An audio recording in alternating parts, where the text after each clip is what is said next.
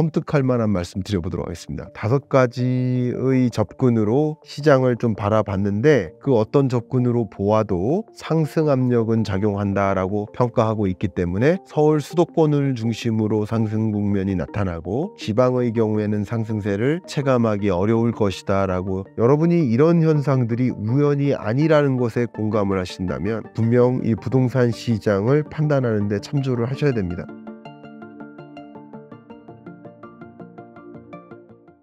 현재 한국 부동산 상황을 어떻게 보고 계신가요? 지금 부동산 시장은 강보합장이라고 이제 한마디로 말씀드릴 수 있을 것 같아요. 그러니까 2020년, 21년 팬데믹 경제 위기 기간 동안 경기가 너무 어려웠죠. 그런데 그래프 보시는 것처럼 20년, 21년에는 자산 시장이 폭등했습니다. 이거 버블 아닌가라고 이름을 붙일 만큼 자산 시장이 좀 폭등했었습니다. 근데 22년, 23년은 이른바 긴축의 시대죠. 2022년에서 23년은 초인플레이션이 등장했고 그 고물가를 잡기 위해서 세계적으로 금리를 대대적으로 인상했죠. 긴축의 시대 맞습니다. 그러니까 당연히 이 아파트 매매 가격이 급격히 조정되는 그런 일이 있었습니다. 그리고 24년 중반부터 세계 경제는 피봇의 시대로 전환됩니다. 24년 중반, 25년, 26년 피봇의 시대, 점차 금리를 인하하는, 시중금리도 이제 하향 안정화되는 그런 흐름으로 전환되는 과정에서 아파트 매매 가격이 이제 매수세가 좀 더 강해지고 매도세가 조금은 약화되는 그런 국면으로 상승 흐름을 유지하고 있습니다. 분석해주신 부동산 상황을 봤을 때 내년 부동산 가격은 어떻게 예상하시나요? 제가 부동산 시장을 전망할 때 크게는 한 7가지 접근을 하고 있습니다. 근데 제가 시간 관계상 다 말씀은 못 드리겠지만 한 5가지 정도의 접근으로 여러분께 설명드려 보도록 하겠습니다. 지금 방금 설명드렸던 이 그래프 내용을 가지고 말씀드린 게 이게 첫 번째 거시경제적인 진단이에요. 거시경제적으로는 완화의 시대, 금리 인하의 시대, 이때 돈이 어디로 이동합니까? 시장으로 이동해요. 은행에 머물지 않아요. 그리고 반대로 긴축의 시대에는 금리를 대대적으로 인상하는 국면이고 자본 자산 시장에는 불안함이 많아지니까 시장에서 돈이 빠져나옵니다. 그리고 은행으로 쏠려요. 그러니까 자산시장, 자본시장은 이렇게 억눌립니다. 긴축의 시대죠. 근데 24년 하반기 이후 25년, 26년까지는 세계 각국이 저마다 자국의 중립금리를 찾아 금리를 정상화하는, 그러니까 미국은 5.5에서 3%를 향해, 한국은 3.5에서 2%를 향해 점진적으로 금리를 인하해 나가는 이른바 피봇의 시대고, 그 피봇의 시대에 맞게 매매 가격의 반등이 있는 것이다라고 저는 의견을 드리고 있습니다. 20년, 21년처럼의 폭등은 아니고요. 완만한 상승장, 소위 말하는 강보합장에 가깝다. 이게 거시경제적인 뷰예요. 시대를 구분하고 시대적 특성에 맞는 부동산 시장 기조를 생각해 보는 거예요. 100% 맞지 않을 수도 있겠죠. 그러나 첫 번째 뷰를 참조해 보는 겁니다. 두 번째 뷰를 좀 말씀드려 보면 바로 기술적 분석입니다. 제가 부동산 시장만큼은 기술적 분석이 상당히 유효하다라고 평가하고 있습니다. 주식시장 같은 경우는 워낙 어제 오르고 내일 떨어지고 또 그 다음날 오르고 하는 양은 냄비 같은 현상들이 있기 때문에 이 기술적 분석으로 시장을 진단하기가 쉽지 않다라고 저는 생각을 하고 있어요. 근데 부동산 시장만큼은 기술적 분석이 유효합니다. 왜 그런지 한번 보겠습니다. 이 자료 보시는 것처럼 이게 서울시의 각 구별 집값 등락률을 쭉 나열한 건데 검정색으로 표시되어 있는 숫자들은 하락입니다. 마이너스. 그리고 빨강색으로 표시되어 있는 게 플러스예요. 근데 24년 3월 정도에 마포구와 성동구와 서초구와 강남구 같은 몇 개 구가 3월 들어 반등을 시작해요. 그러면 이럴 때 여러분들 어떤 생각을 하시면 좋아요? 그 밖에 나머지 구들도 천천히 상승 반전될 수 있겠구나라고 상상하실 수 있어요. 실제 4월 들어서 5월 들어서 더 많은 구들이 상승 반전을 시작합니다. 그리고 6월 들어서는 4개 구를 제외한 나머지 구들은 다 상승 반전한 거예요. 빨강색으로 바뀌죠. 그러면 그다음 9월까지 어떻게 될까? 9월 지금의 경우에는 서울시에 있는 모든 구가 빨강색으로 바뀌죠. 이게 뭐예요? 기술적 분석이에요. 굳이 따지면 가마솥이 있는데 이게 불을 지피면 가운데가 뜨겁죠. 점차 열기가 전해져서 손잡이까지 뜨거워지는 거죠. 그런 현상이 일어나고 있는 것이다 라고 기술적 분석으로는 판단하고요. 어쨌든 이제 서울시의 집값 등락률로 보면 5월을 기점으로 반등한 것이고, 전국 평균 가격을 기준으로 설명한다면 7월 중순을 기점으로 상승 반전한 것이다. 이게 주간 단위의 상승률이니까 전주보다 계속 오르면 그 오름세가 유지되는 흐름이에요. 기술적 분석으로 봤을 때는 지금 현재는 9월 말까지 상승세를 유지했다. 그러면 대략 한 6개월 정도 상승세를 유지했다.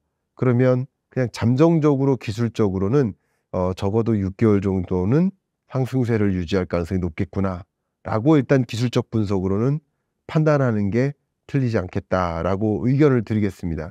기술적 분석을 한 겁니다. 세 번째는요. 우리 신사임당 채널에도 정말 많은 전문가분들이 출연하시고 상승을 전망하시는 분들도 계시고 하락을 전망하시는 분들도 분명 계십니다. 근데 다 존중되어야 됩니다. 여러 전문가들의 뷰를 고루 관찰하시고 혹여나 어떤 전문가가 혹여나 이런 전문가가 혹여나 또 제가 미처 못 보는 부분이 있을 수 있거든요. 근데 여러 전문가들의 뷰를 가지고 여러분들도 미처 못 보는 부분이 없도록 그 탄탄하게 하시는 과정이라고 생각하시면 어떨까 의견을 드리고요. 그런 관점에서 제가 한 가지 말씀드리면 상승론자든 하락론자든 공통되게 보고 있는 선행시장이 있어요. 이게 선행분석, 선행시장 분석입니다. 그러니까 매매시장을 우리는 봐요. 매매시장은 기존 주택을 거래하는 이런 기존 주택 매매시장이라고 볼 수 있습니다. 근데 이 기존 주택 매매시장의 가격을 결정짓는 선행시장이 있는데 그게 경매시장이에요. 그건 공통되게 이야기합니다. 근데 경매시장을 한번 보실까요? 매각률이 아파트 매각률이 바닥을 찍는 지점이 22년 11월입니다.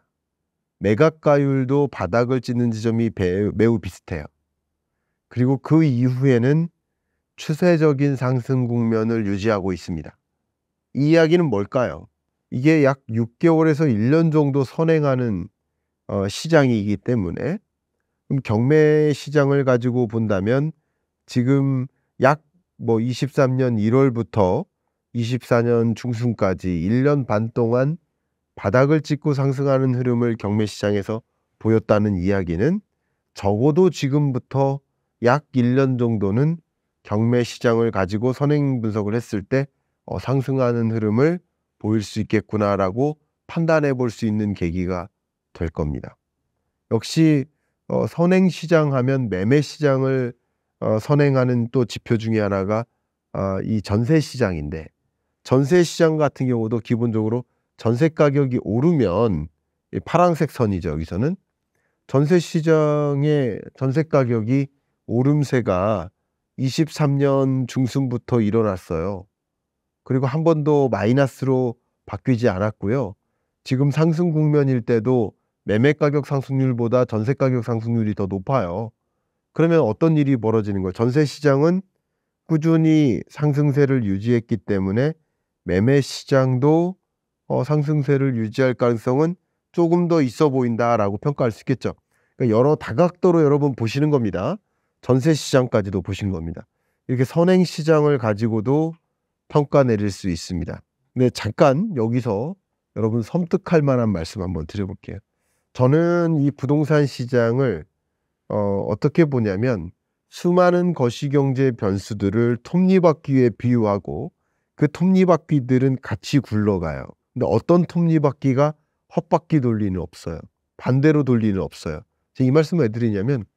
주식시장도 하나의 톱니바퀴고 부동산 시장도 하나의 톱니바퀴입니다.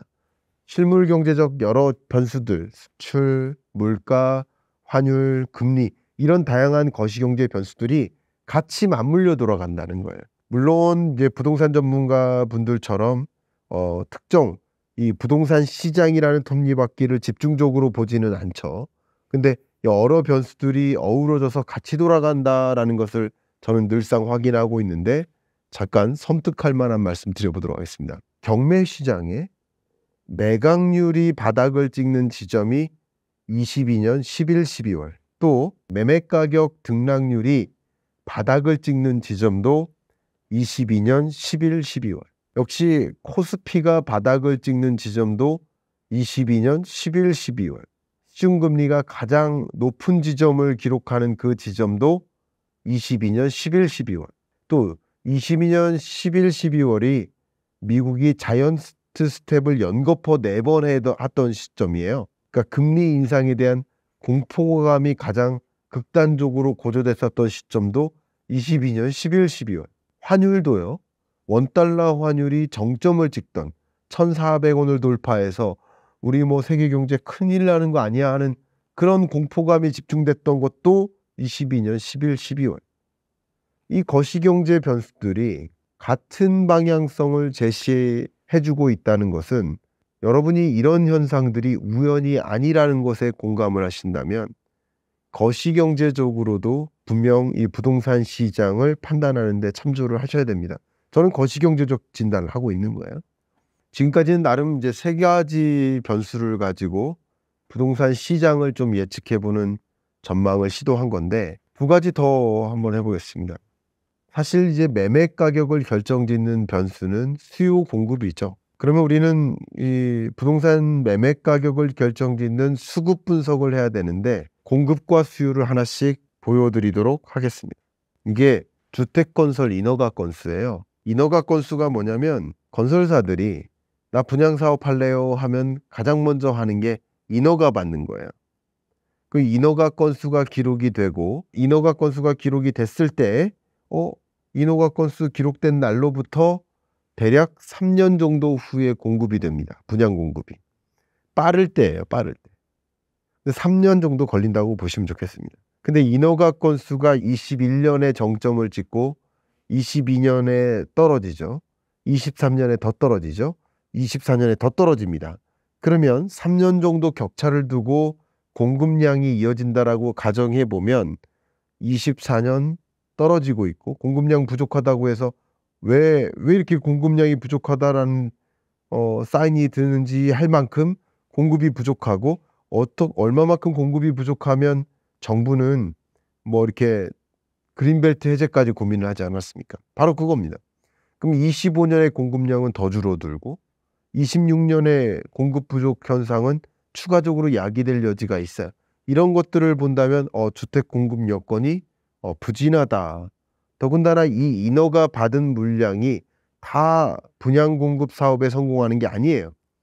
그러니까 이 인허가 건수도 나름 23년, 24년 높게 유지됐다라고 가정하더라도 그 높게 유지된 게 실제 분양 공급으로 이어질 확률이 떨어진다라고 본다면 사실은 이 감소세는 더 가파릅니다. 그렇게 보면 공급 여건도 상승 압력이라고 저는 생각해 볼 수 있겠다라고 말씀드립니다. 그러면 마지막이 뭐예요? 수요적인 측면이에요. 수요적인 측면에서 우리가 시장을 볼 때는 2가지 변수를 좀 고려하시면 좋겠습니다. 하나가 구매 의사고 그 다음 하나가 구매 여력이에요. 구매 의사는 있는데 구매 여력이 없어요. 그럼 못 사는 거죠. 반대로 구매 여력은 있어요. 부자예요. 근데 구매할 의사가 없어요. 안 사는 거죠. 그러니까 이 2가지 변수가 어떤 관계예요? 곱하기 관계예요. 둘 중에 하나라도 0이면 0이 되는 겁니다. 그런 측면에서 구매 의사와 구매 여력을 봐야 되는데 지금의 집값이 높을 거라고 여러분 생각하십니까? 1년 후 집값이 더 높을 거라고 생각하십니까? 보통은 1년 후 집값이 높을 것이다라고 생각하고 계세요. 그 생각을 반영한 게 주택가격 전망 CSI예요. 이 지표로 보면 주택가격 전망 CSI로 보면 지금 100을 기준으로 훨씬 더 상회하고 있고 또 그 값마저 상승 국면이에요. 이런 것을 본다면 지금의 집값보다 1년 후 집값이 높다라고 우리나라 2,200만 가구가 생각하고 있다는 뜻이고, 평균적으로 아니라고 생각하시는 가구도 있죠. 그러나 2,200만 가구 중에 더 많은 가구가, 아니라고 생각하는 가구보다 오를 거라고 생각하는 가구가 더 많다는 거예요. 그러니까 구매 의사가 고조되는 거예요. 구매 여력이 있다면. 근데 그 구매 여력이 뭘까요? 금리죠. 그러니까 한국은행도 최근에 금융안정 보고서를 발표하면서 금리를 인하하면, 그러니까 시중금리가 0.25%포인트 떨어지면 서울시 집값의 경우에는 0.84%포인트 상승한다라는 분석된 결과를 발표한 바 있어요.